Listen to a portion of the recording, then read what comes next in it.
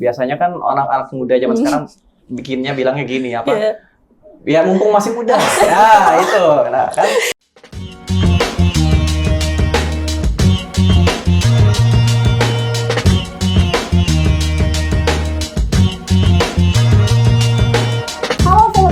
Selamat datang di Pandaran Warung bersama aku Siti Akoba dan juga kita. Jadi di tahun baru ini kita pasti menyongsong semangat baru. Iya. Dan menata mimpi-mimpi yang baru. Sebagai anak muda juga kita pastinya punya semangat yang luar biasa ya. Iya, by the way kita ngucapin dulu nih, Happy New Year. Oke, selamat tahun baru semuanya, sobat BN. Dan pastinya kita ngomongin anak muda nih.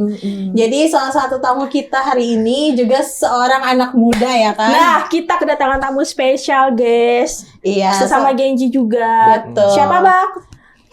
Silahkan langsung perkenalan. Ada Ishak. Saya Ishak, usia 25 tahun. Ya, pastinya masih Gen Z dong. Lahiran tahun 2000.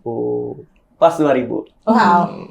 Masih muda gitu. Masih muda banget. Lebih muda dari kami ternyata ya. Jadi aku ingin manggilnya langsung nama aja ya, Ishak.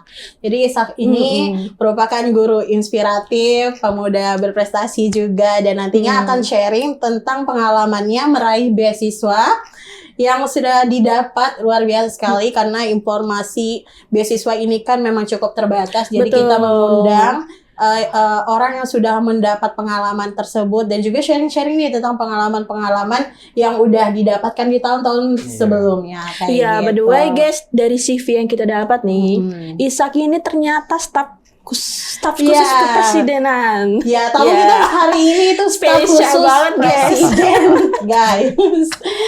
Oke, gimana nih, kami ucapan terima kasih dulu nih Ishak udah terima main kasih ya udah podcast Pandaran Warung. Gimana kabarnya? Alhamdulillah baik sekali Kak. Saya juga ucapin terima kasih banget sama teman-teman dari Borneo News ini karena telah memberikan kesempatan untuk berbagi tentang beasiswa dong. Sekarang lagi sibuk apa nih Ishak? Kalau sekarang saya masih ngajar di SMA Negeri 1 Pangkalan Bun. Wah, guru di SMA, guru apa tuh? Guru pendidikan agama Islam. Luar biasa. Oke, berarti masih aktif sebagai guru juga ya. Tahun ini.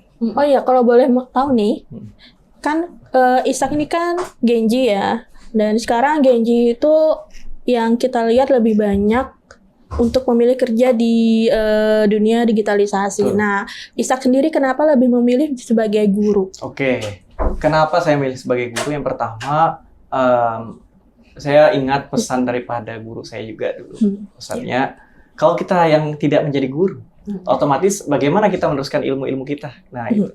Kalau kita bekerja sebagai yang lain misalnya, tentunya kita mudah. Tapi orang-orang yang bekerja di bidang-bidang lain itu juga tentunya tidak lahir dari tanpa seorang guru. Nah, makanya dari situ saya termotivasi dong buat membagikan ilmu kepada teman-teman, kepada murid-murid juga tentunya. Nah, akhirnya saya memilihlah sebagai jalur seorang guru. Itu yang tentunya pertama. Luar biasa, Luar biasa. Memang kan kalau di anak-anak muda sekarang tuh kayak mungkin lebih milihnya sebagai freelance, sebagai content creator, mungkin wirausaha ataupun jadi kerja di kantoran tuh biasanya gitu kan. Nah, jadi Ishak ini menampik itu sendiri untuk untuk menjadi seorang guru gitu sampai sekarang. Udah berapa lama? Kalau mulai saya jadi seorang guru itu mulai dari lulus S1 itu, sebelumnya saya sudah ngajar sebagai guru di Banjarmasin. Hampir sekitar 2 tahun sebelum lulus itu sudah ngajar. Tahun 2021. Setelah COVID. Setelah COVID tuh. Itu udah mulai ngajar. Sampai sekarang kemudian pindah ke Pangkalan Bun, ngajarnya di SMA Negeri 1 Pangkalan Bun. Hampir berarti sekitar 5 tahun ya, hampir 5 tahun kalau berkarir sebagai seorang guru. Nah, itu banyak banget lika-likunya sebagai seorang guru ini ya. Ketemu murid yang begini ya, begitu ya. Apalagi di SMA kan, kayak sepantaran. Saya juga pernah ngajar SD loh. Ngajar SD pernah, ngajar TK pun pernah. Ya Allah, ini banyak banget. Gimana nih? Yang paling gen apa? Yang paling lucu itu kalau ngajar TK. Mereka kan ngajar agama juga tuh di TK, kayaknya ngajarin hafalan gitu kan, ngajarin bacaan surah atau doa-doa harian. Itu kalau saya bilang Ustadz Kepot itu panggilannya kayak gitu, panggilan yang unik-unik. Mereka bilang iya, saya baru keluar, baru masuk gitu. Udah udah diteriakin gitu, antusias banget anak-anak TK gitu aja. Ributnya minta ampun pokoknya. Tapi ya itu, warna-warninya kalau sebagai guru itu beda kalau kita hanya sekedar bekerja, kemudian datang kantor gitu kan, ngetik-ngetik gitu atau apa. Walaupun memang mungkin ya gajinya tidak lebih besar dari pekerjaan yang lain gitu, tapi kan kita tidak perlu mementingkan gaji dong. Yang penting bagaimana kita bekerja dengan sepenuh hati, ikhlas dan nyaman, itu yang bikin kita terus pengen jadi seorang guru. Itu berarti pengalamannya waktu SD, TK gitu ya. Tapi kalau memang. SMA kayaknya lebih beda nih, karena kan juga muda juga, sama muda nih. Pasti ada yang bilang kayak nganggap teman gitu, kayak gimana? Malah kan kayak saya kalau di kelas itu kan karena kita sama muda, gini kan hampir seumuran, paling beda 5 tahun, 6 tahun bedanya. Jadi ya mereka menganggap kita sebagai teman aja. Kita juga perlakuin mereka sebagai teman dong, ya enggak?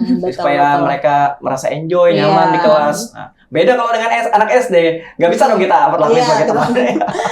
Malah ini menjadi menjadi lucunya. Harus lebih ditegasin ya kalau anak-anak SD. Itu menarik sekali sih ya.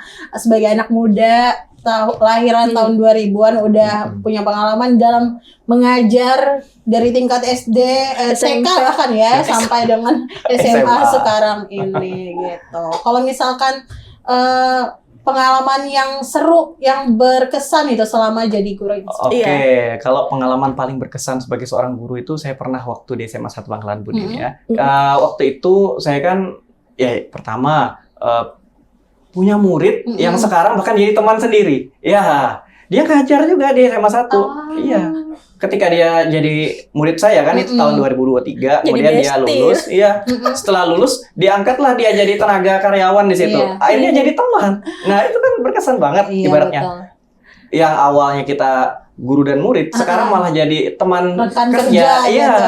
Pasti seru.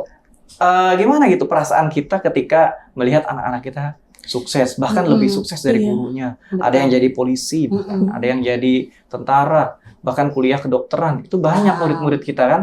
Akhirnya perasaan kita sebagai guru itu bangga gitu, berhasil kita mendidik anak-anak kita menjadi orang yang bahkan lebih sukses dari gurunya. Nah itu. Jadi tanpa ada guru nih sebenarnya nggak ada tuh profesor, nggak ada dokter, nggak ada direktur, nggak ada semua. Makanya ada gitu namanya guru tanpa jasa. Gimana sih? Pahlawan tanpa jasa. Ya itu. Sekali. Karena kalau karena kalau kita tanya anak-anak tuh kan biasanya mau jadi apa? Jadi guru kayak gitu. Jadi salah satu profesi favorit gitu untuk NF. Oke, kalau misalkan ini kendalanya nih sebagai guru anak muda yang pastinya masih punya mimpi ke depan, masih mau mungkin berkreasi atau apalah untuk merajut mimpi-mimpi ke depan ya. Apakah pasti untuk guru itu kan kita tiap hari harus hadir, nah itu seperti apa? Oke, betul Kak. Itu memang menjadi tantangan tersendiri sih sebenarnya ya kalau kita bekerja tentunya, apalagi sebagai seorang guru misalnya yang harus masuk ke kelas dari pagi sampai sore. Belum tentu itu malamnya pun juga kita mikirin pekerjaan juga kadang kan. Nah, mungkin strateginya yang saya terapin itu yang pertama kita bagi waktu dulu dong. Ya, mana yang prioritas? Skala prioritas. Mana prioritas kita yang perlu kita dahulukan dan mendesak dan mana yang belum. Ya kita dahulukan dulu. Jangan kita malah healing yang kita duluin. Ya, rata-rata kan Gen Z ini kan. Gen Z kan biasa lah. Tekanan kerja dikit ya enggak. Healing dulu kita. Betul. Self reward ya enggak. Akhirnya enggak ada waktu buat belajar, buat ngembangin diri sendiri, buat bersosialisasi dengan teman-teman yang lain gitu. Akhirnya gitu. Makanya kita kasih prioritas buat itu. Kemudian ada waktu buat kita belajar, ada waktu buat kita bekerja, ada waktu buat kita bermain dan bersenang-senang pun ada. Jadi harus kita prioritasin waktu dulu itu. Itu memang jadi tantangan kita tersendiri. Tapi tergantung diri kita. Gimana kita bagi waktunya, gimana kita prioritasin waktunya, itu yang paling utama sih Kak. Betul. Nah, sekarang aku mau nanya lagi nih. Ini kan Ishak ini kan dapat beasiswa nih. Iya. Nah, bisa diceritain nggak awal mulanya untuk tertarik untuk ikut beasiswa itu bagaimana sih? Mungkin apa sih dapat informasinya dari informasinya mana? apa? Kemudian itu bisa di-share. Oke. Pertama, saya dapat beasiswa LPDP Kementerian Agama itu tahun 2023. 2023. Ya, kebetulan saya lulus S1 itu tahun 2022 akhir. Ya. Jadi waktu itu kan awalnya saya udah ngincer tuh. Sejak kuliah S1 sudah ngincer pengen S2 tapi dengan beasiswa. Karena mungkin keterbatasan ekonomi misalnya kan kita ke S2 itu kan nggak sedikit ya biaya-biaya gini-gininya banyak walaupun gitu. cuma 2 tahun Iya, ya, walaupun kalau cuma 2 tapi 2 tahun. itu berkali-kali lipat Iya. dari S1 gitu. Akhirnya mimpi ini perlu kita bangun dong. Dengan apa? Dengan beasiswa salah satunya. Pemerintah udah nyediain, ya nggak? Iya, Banyak betul. beasiswa itu. Mulai dari beasiswa LPDP yang udah resmi banget dari Iya, pemerintah. Dari tahun ke tahun sudah banyak awardee-nya. Kemudian beasiswa LPDP itu pun terbagi. Ada dari yang Kementerian Agama, yang untuk orang-orang jurusan agama dan sebagainya. Oke. Ada juga dari Daerah. Kementerian Pendidikan, ya itu juga ada. Bahkan ada juga dari Kementerian Keuangan yang aslinya LPDP itu juga ada, sudah dibagi-bagi beasiswa itu tadi. Selain itu banyak juga beasiswa Kak, juga beasiswa di luar LPDP pun banyak dari pemerintah sendiri. Nah, itu harus kita manfaatkan, ya nggak? Kalau kita nggak manfaatkan beasiswa ini tadi, siapa yang bakal meneruskan? Iya. Terutama saya juga mikir nih, saya kan putra asli daerah Kota Waringin Barat, Kalteng. Kelahiran Kalteng, Mendawai lagi, ya nggak? Sukunya, ya. Campuran Banjar, ya nggak? Kemudian saya mikir, saya ngelihat di Kobar ini hampir sedikit yang lulusan S2 bidang pendidikan. Dari situ saya udah mikir, gimana caranya saya bisa lanjut kuliah, tidak cukup hanya S1, tapi juga S2 pendidikan. Supaya ada orang-orang yang juga master di bidang pendidikan di Kota Waringin Barat khususnya, asli dari Kobar, itu dia. Rata-rata yang di sini bukan asli Kobar, ya nggak? Nah, itu yang paling penting kita. Itu yang pengen saya cetak pertama. Akhirnya inisiatif lah, mulai dari saya merancangnya bukan setelah lulus ya, itu perjalanan panjang. Sebelum itu menduduki kuliah itu sudah gitu ya. perlu persiapannya sudah mulai dari situ Kak. Cuman dari anak-anak muda tuh mikirnya kalau beasiswa, apalagi beasiswa S2 gitu kan, persyaratannya pasti luar Banyak biasa yang sekali, mikir persaingannya banyak, juga. persaingannya juga banyak, betul. Dan itu se-Indonesia kan, LPDP. Se-Indonesia. Bahkan Iya. ada kita bisa memilih di dalam negeri maupun di luar negeri. Untuk persyaratan di dalam negeri pun ribet gitu ya, apalagi di luar negeri itu pasti Sulit lebih juga. sulit. Iya. Nah udah mindsetnya tuh udah kayak gitu, jadi gimana tuh Jadi, melawan iya. Rasa takut, rasa Takut. cemasnya itu, khawatirnya iya, itu. karena mager lah istilahnya kayak gitu. Iya, itu tantangan banget ya Kak ya. Mulai dari administrasinya kita itu menyiapkan berkas TOEFL, berkas rekomendasi dan lain-lain itu banyak banget. Tapi kalau kita punya tekad yang kuat, kemauan, pasti kita nggak akan dong kita menyerah begitu aja ngelihat seberapa sulit, karena kita ngelihat kalau orang lain bisa, why not? Kita kenapa kita nggak bisa, ya nggak? Nah itu dari situ. Kemudian saya cicil. Nah persiapan untuk berkasnya aja kalau saya itu hampir dari 3 bulan sebelum pendaftaran. Tapi informasinya kan sudah di-share itu, sudah di-share bahkan coming soon kan. Berarti udah ada nih gambaran-gambarannya. Saya tanya ke awardee-awardee yang udah menerima tahun-tahun lalu, apa yang disiapkan Kak? Gini-gini. Itu tipsnya yang pertama kan. Kita tanyakan. Jangan malu dong. Tanya ke siapa aja. Mereka justru malah punya kewajiban buat berbagi ke kita. Kalau mereka nggak mau bagiin, nah mereka yang salah, ya nggak? Karena itu anggaran dari pemerintah gitu ya, harus dan harus dikembalikan lagi. Harus dikembalikan, harus dibagikan kepada temannya, informasi-informasinya. Masuk saya kan, harus berbagi kepada siapapun informasi itu tadi. Dan jangan malu dong, nanya ke teman-teman yang udah menerima, jangan sungkan, jangan malu, jangan takut sama mereka. Saya tanya, berkas-berkas apa aja? Nah, saya mulai siapkan, mulai dari TOEFL-nya, rekomendasi, itu dapat dari esai, dapat dari yang surat rekomendasi itu banyak. Iya. Komunitas yang besar di daerah Kobar. Contoh misalnya organisasi keagamaan. NU Muhammadiyah misalnya kan ketua-ketuanya kita harus cari rekomendasinya. Kemudian dari struktural pemerintahan juga harus ada, karena saya daftar Kemenak, yang saya cari itu rekomendasi dari kepala kantor Kemenak. Nah itu supaya mereka merekomendasikan bahwasanya saya memang layak di situ. Tapi orang kan ngasih rekomendasi nggak sembarangan dong, ya nggak? Iya, betul. Ngelihat rekam jejaknya, latar belakangnya, siapa kita, kok dikasih sembarangan, ya nggak? Pasti harus ada membuktikan dong apa kamu misalnya, kenapa kamu harus layak dikasih ini. Maka kita harus bisa buktiin kepada orang yang ngasih rekomendasi itu. Saya bakal begini-begini setelah saya lulus ini. Nah itu akhirnya mereka mau kasih rekomendasi. Tapi itu pun juga perlu tidak sulit tuh sebenarnya kalau kita menyiapkannya dari jauh-jauh hari. Itu dia Kak. Dan perlunya bimbingan dari kakak-kakak yang sudah menerima. Nah itu dia. Supaya kita dikasih tips bagaimana caranya, arahnya gimana itu tadi. Oke. Udah ada gambarnya sebenarnya yang Sobat BN tentang persiapan. Tadi udah dikasih tips juga kita untuk surat rekomendasi pastinya yang meyakinkan lembaga-lembaga yang tadi. Tapi juga kendalanya adalah kita juga harus tahu nih setelah dapat itu kita harus apa, berdampak seperti apa dan meyakinkan lembaga tersebut biar mengeluarkan dari surat rekomendasi. Dan yang kedua tadi tentang kita tanya-tanya yang sudah pernah dapat itu alumni gitu kan. Itu yang alumni dari Kobar atau yang dari Banjar ya kemarin ya? Iya, kalau alumni di Kobar, setahu saya belum ada sih Kak. Betul. Sayang banget kan. Padahal justru kalau yang nggak ada itu biasanya diprioritas pemerintah loh. Iya, karena kan pengen ini yang salah satu trigger. Iya sih. Karena emang jarang sih, apalagi kan namanya kita tuh jauh ya jaraknya antara Palangkaraya dan aksesnya 10 jaman ya kalau kurang lebih kayak gitu. Jadi pun informasi tuh biasanya kayak beasiswa kayak itu kan terpusat ya di provinsi. Sedangkan kita di daerah ini sendiri kekurangan ya. Ya walaupun kita harus pintar-pintar juga cari informasi, tapi kita perlu support juga. Biasanya perlu wadah yang teman-teman yang merangkul gitu, apalagi udah ada kayak alumni kayak gitu sih. Biasanya kan lebih semangat gitu. Jadi mungkin PR dari Kota Waringin Barat harus mencetak, mungkin kalaupun ada rasa saya sedikit gitu masih bisa dihitung jari. Setiap tahun harus ada.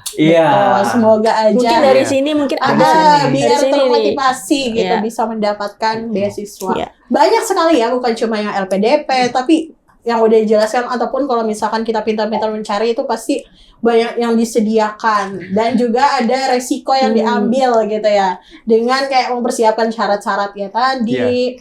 Terus juga by kalau ngomongin syarat, apa sih yang persyaratan yang paling krusial yang kebanyakan diremehkan oleh teman-teman pencari beasiswa? Betul. Bisa dikasih tahu, Isak? Ada 2. Yang pertama yang paling sering diremehkan orang, tapi itu justru berdampak banget kalau dia diremehin sembarangan, dan ini menyebabkan banyak sekali yang gugur di administrasi itu.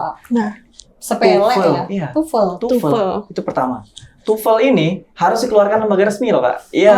Jangan biasa kan banyak tuh TOEFL dari online ya. Iya banyak dari iklan itu. Iya banyak banget ya enggak. Katanya recommended buat daftar beasiswa. Padahal ternyata ketika di verified oleh LPDP itu tidak ditolak. Harus resmi dari lembaga yang memang mengeluarkan TOEFL. Nah, kita harus cari dong itu dia. Ke ibu kota misalnya kita harus cari. Jangan hanya berkutik yang mudah-mudah kita. Memang kita perlu pengorbanan, ya nggak Kak? Berkorban itu tadi. Segala hal yang besar tidak bisa raih tanpa adanya pengorbanan. Maka persiapkan betul-betul berkas TOEFL ini yang pertama. Perhatikan skornya, kemudian penyelenggaranya. Itu dia. Yang bikin banyak orang gugur di administrasi. Yang kedua, yang paling krusial banget, sampai ke tahap wawancara itu esai ini itu sangat dampak banget Kak. Tulisan-tulisan kita, apa rencana kita 5 tahun ke depan, 10 tahun ke depan setelah lulus, setelah studi, saat menerima, kemudian bahkan ditanya juga loh, apa yang kamu lakukan kalau tidak diterima beasiswa. Nah itu juga, jadi kelihatan kan karakter kita bagaimana di situ, kemudian bagaimana mengelola manajemen diri kita, manajemen sosial, kemudian apa yang kita lakukan 5 tahun ke depan setelah menerima ini, dan siapa kita, dan apa kontribusi yang kita berikan setelah menerima, dan kenapa kita mengambil program studi itu, kampusnya itu harus dijelaskan di esai ini tadi. Kalau esainya sembarangan, nggak mungkin bisa lulus sampai diwawancara. Pewawancara pasti melihat dari esai itu tadi, mulai dari background kita, ya nggak? Siapa kita jelaskan, kenapa kita layak menerima beasiswa, apa saja yang akan kita lakukan setelahnya, apa manfaatnya buat negara, apa manfaatnya buat daerah sendiri kita yang mengabdi, dan siapkah kita mengabdi di daerah kita. Nah itu dia harus kita siapkan di esai itu tadi, dan itu penting banget. Ya, berarti ada TOEFL dan juga esai yang krusial gitu kan Betul, diremehin. Kak. Iya. Untuk persiapan TOEFL sendiri ya, pastinya gimana tuh tips and trick biar Oke. sekali Ya, lolos betul, gitu. Wah, saya pun perlu belajar ya. Tapi kalau persiapan untuk yang berapa bulan resmi kemarin? itu memang sekali aja. Oh, sekali. Tapi saya ngikutin prediction. Oh, ya, ya. yang online yang murah-murah yang 75.000 Oh, sekali ada berbayar prediction. juga, Iya, cuman berbayar masih tapi terjangkau. masih terjangkau. Yang itu tidak resmi misalnya. Resmi tapi prediction tidak bisa Iya. digunakan untuk itu ada. Saya tes dulu Mm-mm. seberapa jauh kemampuan saya menghafal bahasa Inggris tadi. Oh, ternyata kurangnya di listening ternyata. Ya, saya belajar dulu dong selama beberapa bulan. Dan itu persiapannya nggak instan ya, nggak ada yang instan. Gen Z itu kan pengennya yang instan. Instan Udah pasti. sekali kayak tes gitu, langsung makanya. ya nggak? Udah Persiapan langsung 1 daftar. minggu Iya, ya, satu langsung tes. deadliner ya. Padahal itu perlu persiapan panjang. Mm-mm. Saya beli buku TOEFL yang warna biru itu, tapi murah loh. Itu murah aja, nggak sulit. 45.000 kalau di Shopee. Tebal banget belajarnya. Dari situ saya belajar mulai dari listening-nya, grammar, structure, reading. Dari situ kalau kita akhirnya tercover belajar kan beberapa bulan, 3 bulan, 4 bulan kita target. Bulan ini belajar listening, bulan ini belajar ini. Kemudian setelah kita belajar itu, kita tes lagi. Oh, ternyata kemampuanku masih kurang. Belajar lagi listeningnya. Oh, ternyata sudah cukup. Belajar yang baru. Belajarnya via YouTube kah atau otodidak? Otodidak aja loh, Kak. Kursus iya, gitu? Enggak ya? kursus. Oh, iya. Kalau berapa lama kemarin persiapannya? Nah, kalau saya belajar itu hampir kurang lebih 6 bulan. 6 bulan ya? Iya, 6 bulan belajar yang lama banget. intensif. Ya, intensif banget. Mulai dari setelah lulus S1 kan akhir 2022 tuh. TOEFL-nya saya ambil tahun 2023 pertengahan. Sekitar bulan April, Mei setelah Lebaran itu kalau nggak salah. Nah, di situ persiapannya 6 bulan itu intensif banget. Saya ngajar, kerja sambil kerja ya nggak, sambil TOEFL itu bagi waktu sampai tengah malam pun belajar. Berarti Sampai waktu kosong di kelas itu, kalau kosong udah di kantor belajar. Pokoknya itu yang disiapkan. kayak sering-sering Harus. latihan gitu ya biasanya. Niatnya harus kuat banget Harus itu. kuat Kalau banget. enggak tuh bisa buyar tuh nggak konsisten Betul. pasti itu. Harus konsisten. Iya Ya, makanya. pasti tiap orang beda-beda ya kemampuannya. Berarti Iya, kemarin belajar via buku gitu ya, Otodidak sama aja. mungkin Iya. apa namanya YouTube, belajar YouTube. iya. Nah, berarti gunakan teknologi Apalagi sekarang. zaman Iya. sekarang nih kan. Ya, bukan cuma Banyak TikTokan gitu ya. Joget-joget gak jelas. Gunanya positif. Gila yang ya. positif, berarti sangat bermanfaat nih di dunia digital sekarang, lebih dipermudah lah istilahnya Iya, betul. gitu dengan itu. Oke, tadi yang kedua ada esai nih. Mungkin yang baru pertama buat esai pasti belum ada gambaran Oke, ya. iya. Iya, Tipsnya gimana sih boleh. tipsnya? Oh, saya itu pertama kalau tipsnya itu minta punya contoh dong. Ya, saya kan juga nggak tahu. Iya. Pasti kita semua nggak tahu. Tapi bagaimana kita belajar itu tadi ya nggak semua orang pasti bisa kok sebenarnya. Kalau dari cerita saya itu semua orang pasti bisa nulis itu. Cuman kemauannya aja. Tapi harus difasilitasin ya nggak. Iya. Saya tanya ke alumni, minta dong contoh esai misalnya. Oh, ternyata dikasih. Saya lihat, oh seperti ini contoh esai yang lulus yang diluluskan oleh LPDP itu seperti ini. Saya bikinlah contoh strukturnya yang hampir sama. Saya pelajari dari internet, belajar dari YouTube juga menyusun esai banyak sekarang ya nggak. Tinggal ketika jadi YouTube itu cara menulis esai LPDP itu banyak, tinggal milih konten kreator yang mana aja yang kita pilih ya nggak. Mau yang perempuan, yang laki-laki banyak sudah bikin ya tips and triknya. Memanfaatkan Iya, teknologi sekarang. Kalau dulu kalau dulu kan 2023 tuh. Itu masih sulit. Ya, walaupun kita hanya modalkan YouTube dan Google, itu masih tergolong sulit dibandingkan 2026 sekarang. Ada AI. Ya enggak? Itu udah lebih mudah. Tapi kan bisa kalau terdeteksi gitu kan. Iya, Kalau misalnya tapi Ya, jadi plagiat pintar kita gitu. mungkin itu bukan sebagai bukan alat berarti bantu kita copy utama, paste ya, tapi cuma referensi aja gitu. Referensi. Iya. mungkin Iya. kalau ketika kita cari referensi Betul. kayak gitu. Iya. Berarti itu kan kalau di essay pasti ada kayak rencana ke depan. Ya. Nah, itu tuh masukin idenya apa? Harus yang wow banget gitu kan. Pasti Gimana kepikiran atau gitu. gimana Iya. atau gimana tuh tipsnya Oke. biar essay kita bisa dilirik nih oleh Oke, LPDP. Jadi yang pertama untuk tips menulis esainya supaya dilirik oleh LPDP itu yang pertama kita harus realistis. Nice. Ya, jangan kita lebih-lebihkan. Mereka tahu kalau kita ngelebih-lebihin kok ya. Yang seadanya aja, apa adanya yang kita memang kita lakukan, tapi memang rencana kita harus kita berkontribusi buat negara dan daerah kita yang sebenarnya. Mereka akan melihat keseriusan kita dari esai dan dari jawaban kita itu tadi. Dan harus realistis dong. kita misalkan setelah lulus pengen membangun ini, membangun itu terlihat wow, tapi kayak tidak mungkin. Tidak mungkin, ya nggak dalam 5 tahun. Makanya kita yang realistis. Sehingga ketika kita jawab pertanyaan mereka, kita bisa menjawab dengan jujur dan apa adanya, objektif, sesuai dengan keadaan kita. Yang kedua, harus disambung-sambungin nggak? Ya, ini yang jarang banget orang bilang. Disambung-sambungin itu maksudnya pertama kan background kita, tuh, strukturnya. Siapa kita, ya nggak? Kita ini prodinya, S1-nya gimana, hobi apa, prestasi kita apa, organisasi apa, itu harus bersambung terus sampai ke rencana 5 tahun ke depan, 10 tahun, sampai 60 tahun pun ditanya. Berkaitan. Iya, harus berkaitan. Oke. Jangan nggak linear. Misalnya pendidikan, maka kita harus bidang pendidikan aja. Jangan di luar pendidikan gitu. Misalnya prestasinya pun harus yang dimasukin yang bidang pendidikan. Organisasinya di bidang pendidikan misalnya. Kemudian baru kedua, struktur yang kedua itu adalah apa kontribusi kita. Kenapa alasan kita memilih program studi? Kenapa kita memilih kampus?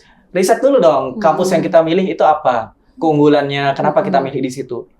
Misalnya kalau kita milih di Banjar, padahal keunggulannya mungkin di luar negeri atau di luar Kalimantan itu memang kita katakan lebih bagus. Tapi bagaimana kita menjual, membranding yang pilihan kita itu tadi seolah-olah itu lebih baik daripada kita memilih di luar. Ya, itu contoh. Prodinya misalnya, kenapa akreditasinya A misalnya, dosen-dosennya misalnya ada yang bidang yang kita sukai, yang mendukung ke masa depan kita misalnya.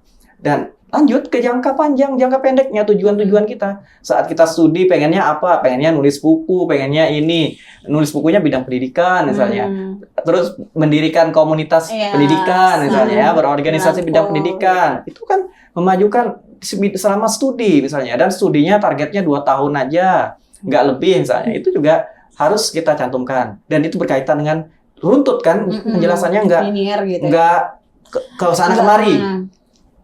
Itu tadi sampai ke akhirnya kontribusi kita, apa kontribusi kita setelah lulus 5 tahun ke depan, 10 tahun, itu harus berkaitan terus dengan kenapa kita milih program studi, background kita apa. Jangan justru malah kita ngambil jurusan pendidikan pengennya jadi manajer di sini atau itu nggak ada hubungannya kan, nggak ada kaitannya. Harus memang di bidang pendidikan. Pengen jadi guru yang di Kabupaten Kobar misalnya, memajukan pendidikan Kobar misalnya, itu kan adalah hal yang memang harus kita lakukan sebagai seorang awardi beasiswa itu tadi. Mungkin pertanyaan aku pribadi ya, misalkan nih S1-nya beda nih, jurusannya teknik gitu, tapi S2-nya dia mau misalkan kayak komunikasi, gitu. Itu memungkinkan nggak untuk lolos, atau gimana tuh tipsnya biar linear tuh? Nih? Sebenarnya kalau linearitas itu penting ya, tapi kalau kita nggak linear pun itu bahkan bisa dibilang lebih bagus lagi dong. Tergantung kita membrandingnya aja, meyakinkan bahwasannya jurusan kita ini yang kita pilih itu memang bakal bermanfaat menunjang kehidupan kita ke depannya dan berkontribusi kepada negara dan daerah. Itu tadi. Soalnya teknik sipil ya, teknik sipil itu mau daftar komunikasi.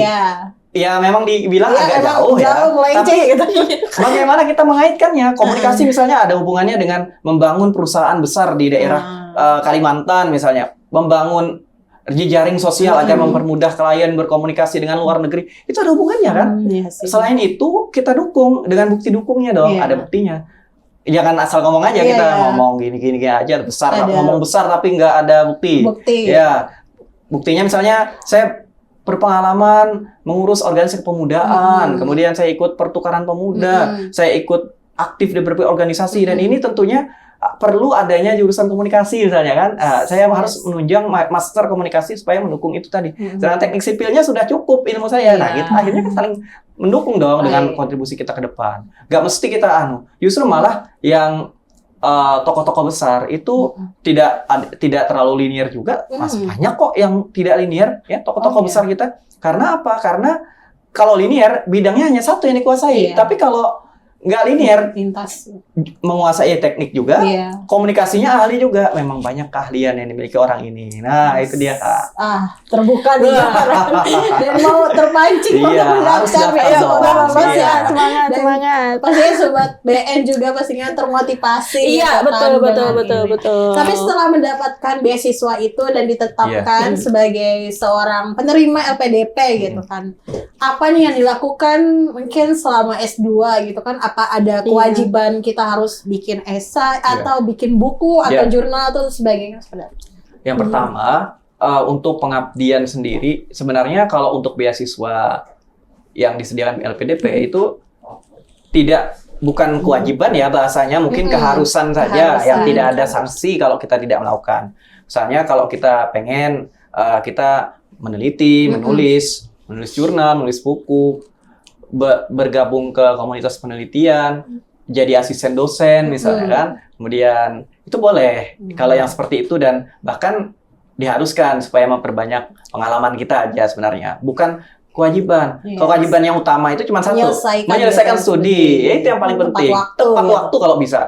Kalau misalkan di luar waktunya ada denda atau enggak? Atau kita memang anggaran sendiri? Kalau untuk LPDP, dari juknisnya yang saya baca, dan beberapa teman-teman saya juga ada kok yang lewat dari batas waktu, ya kan? Misalnya kan LOA-nya, Letter of Achievement-nya itu hanya sampai September ya kan, semester 4 semester. Ternyata dia ada kesulitan, misalnya ternyata dospemnya meninggal atau ganti dosen misalnya, atau judulnya diganti-ganti misalnya, atau penelitiannya udah usang misalnya, itu kan maka nggak bisa dong kita memaksakan lulus tepat waktu sedangkan penelitiannya atau ada kendala yang berat kayak gitu. Maka LPDP memudahkan kok, ada asalkan alasannya jelas, bukan karena kita yang melalai-lalaikan. Apalagi kalau bekerja itu nggak boleh. Nggak boleh sambil kerja. Misalnya bekerja berat itu nggak boleh. Fokus ke studi itu yang paling utama. Makanya studi. Dan kalau mau bekerja pun jadi asisten dosen itu boleh aja. Tapi kalau untuk yang kerja sambil kerja kantoran itu nggak boleh, karena kita kan kuliahnya full juga kan. Setelah dapatkan LPDP tadi, terus dampaknya ketika lulus itu apa, ataupun misalkan ada kewajiban lagi nih setelahnya, atau setelah itu dari LPDP itu harus kembali lagi kayaknya ke Indonesia, ada harus mengabdi gitu kan, dan perlu kasih dampak nih ke sekitar kayak gitu. Kalau di juknisnya itu ada 2N+1. Jadi 2N-nya itu masa studi kita. Kita kan 2 tahun nih lulusnya. Berarti berapa tahun tuh 2N+1? 5 tahun ya. Minimal 5 tahun harus mengabdi ke daerah asal. Jadi kalau kita keluar negeri, LPDP-nya kuliah di luar misalnya, di Belanda misalnya, maka harus balik ke Indonesia 5 tahun mengabdi dulu. Baru kita boleh bebas keluar. Kalau kita asalnya Kobar misalnya, maka harus mengabdi balik ke Kobar dong ngajarnya misalnya 5 tahun minimal, baru kita mau kembali. Kebanyakan kita kan ada istilah brain drain ya. Brain drain itu adalah keahlian kita misalnya di daerah asal itu tidak terlalu diperlukan, ya nggak? Kurangnya lapangan pekerjaan yang berkaitan relevan dengan studi kita. Rata-rata kan seperti itu alumni. Atau bahkan gajinya rendah, ya nggak? Kalau di luar negeri, di luar kota, kota-kota besar, ya nggak? Biasanya besar-besar gajinya kan, di daerah sendiri, di kampung sendiri, sudahlah susah nyarinya, ya kan? Gajinya kecil lagi, itu kada sesuai lagi keahlian kita. Nah itu tantangannya sebenarnya. Tapi mau nggak mau itu harus dilaksanakan selama 5 tahun. Justru itu jadi penyemangat kita dong. Bagaimana kita memajukan daerah kita sendiri, jangan kita melihat yang bagus aja lalu kita ke situ. Betul. Memang kewajiban udah dikasih haknya tadi, dilaksanakan lagi lah itu dampaknya, atau bisa bermanfaat untuk sekitar kayak gitu. Menarik sekali ya. Betul. Pembahasan kita tentang LPDP ataupun beasiswa lainnya, ya semoga pastinya sobat BN bisa termotivasi. Aku ada kata-kata menarik juga. Kan kebanyakan pemuda-pemuda itu kayak banyakan mimpi gitu kan. Salah satu kata-kata kalimat yang aku pegang sekarang itu, ketika mimpi kita pikirkan, mimpi berubah bentuk jadi rencana. Ketika rencana kita ucapkan, rencana berubah bentuk lagi nih jadi komitmen. Ketika komitmen kita lakukan, komitmen berubah bentuk lagi jadi kenyataan. Jadi yang dilakukan Ishak ini sudah merajut mimpinya, udah tahu mimpinya, dia ucapkan sendiri, jadikan komitmen, dan terlaksana gitu kan mimpinya, jadi sebagai peraih beasiswa LPDP. Dari Ita sendiri seperti apa, Ita? Enggak sih, aku pengen nanya aja satu pertanyaan buat Ishak. Yang terakhir nih ya buat Ishak. Ada harapan untuk anak muda, anak daerah khususnya di Kobar, dan pesan untuk anak muda di Genji ini di Kobar. Buat teman-teman, khususnya teman-teman pemuda yang ada Genji di Kabupaten Kota Waringin Barat, harapan saya yang pertama jangan males-malesan dong ya. Sebagai pemuda kita harus semangat tekun. Justru malah masa muda ini yang harus kita habiskan untuk habis-habisan. Bukan malah masa muda dihabisin buat senang-senang, ya enggak? Biasanya kan anak-anak muda zaman sekarang bilangnya gini, ya mumpung masih muda. Ya, itu. Nah, kan padahal justru seharusnya mumpung masih muda itu kita harus berkarya terus, ya enggak? Mengabdi buat daerah kita, memajukan. Kalau bukan kita, siapa lagi, ya enggak? Nah, mereka-mereka yang sudah tua itu perlu penerus seperti kita, generasi muda. Maka kalau generasi mudanya masih malas-malesan, masih healing-healingan gitu, itu tidak akan bisa, sulit itu dia. Yang kedua, informasi terkait beasiswa, pendidikan dan sebagainya itu mudah sekarang diakses sebenarnya. Tinggal kita tanya via by phone, by WhatsApp, by Instagram, itu sudah banyak tersebar. Tinggal kita tanya aja lagi, ya enggak? Tinggal para pemudanya aja lagi yang pinter-pinter nyari, pinter-pinter nyari, nanya, ya berani-berani nanya ke teman-temannya, ke yang sudah pernah menerima, itu yang paling penting. Jadi kalau bukan kita yang membangun daerah kita, maka siapa lagi, ya enggak? Maka mulai sekarang, ayo kita dong cari informasi itu tadi, daftar. Kalau kita memang mampu daftar, kalau belum kita persiapkan dulu sampai kita benar-benar layak untuk sekali daftar, shoot langsung daftar, langsung diterima. Nah itu sih Kak. Luar biasa sekali insight-nya hari ini. Pokoknya terima kasih Ishak yang udah nyampaikan motivasi yang luar biasa untuk pemuda-pemuda daerah Kota Waringin Barat, Kalimantan Tengah dan seluruh sobat BN yang nonton podcast pada hari ini. Terima kasih juga Ita udah membersamai kita hari ini. Dan jangan lupa untuk like, comment, subscribe, dan share ke seluruh media sosial yang kalian punya podcast Panian Warung pada kali ini. Sampai jumpa di podcast selanjutnya. Bye!